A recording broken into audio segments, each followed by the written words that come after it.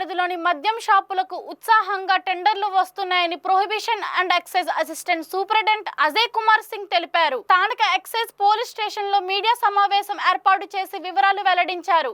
పోలవరం నియోజకవర్గ పరిధిలో 12 మద్యం దుకాణాలలో పోలవరం 3, కొయ్యలగూడెం 5, బుట్టాయిగూడెం 4 మద్యం దుకాణాలను ప్రభుత్వం కేటాయించిందన్నారు. వాటికి టెండర్లను వేసుకునేందుకు ప్రజలు ముందుకు రావాలన్నారు.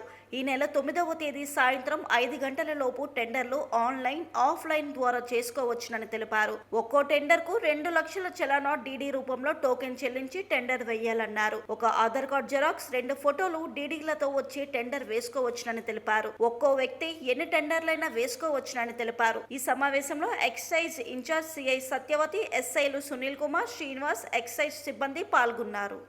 ఏలూరు జిల్లా పోలవరం ఎక్సైజ్ స్టేషన్ పరిధిలో 14 మద్యం దుకాణాలు ఉన్నాయి.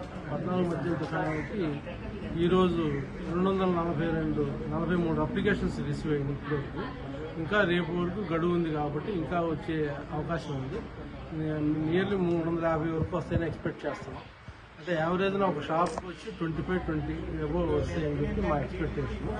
అంటే ఈ విధంగా అంటే గవర్నమెంట్ చాలా ట్రాన్స్పరెంట్గా ఈ ఆన్లైన్, ఆఫ్లైన్ 2 విధాలుగా మీకు అప్లికేషన్ సబ్మిట్ చేసుకోవడానికి అవకాశం ఇచ్చారు. తర్వాత ఈ షాప్ ఎవరికైతే తగ్గిందో వాళ్ళు ఈ 2 ఏళ్ల సంవత్సరం అంటే 2 ఏళ్ల పీరియడ్ 24-26 వరకు 6 ఇన్స్టాల్మెంట్స్ మీకు వెసులుబాటు కలుగుతుంది. ఇప్పుడు ఇంతకుముందు 1-2 ఉండేది ఇన్స్టాల్మెంట్స్. అలా కాకుండా సంవత్సరానికి 3 ఇన్స్టాల్మెంట్స్ అంటే 2 సంవత్సరాలకి 6 ఇన్స్టాల్మెంట్స్ ఇవ్వటం వల్ల వాళ్ళకి కొంచెం బర్డెన్ కూడా తగ్గుతుంది. లైసెన్స్ ఫీజు కట్టడం కానీ చేయటం కానీ.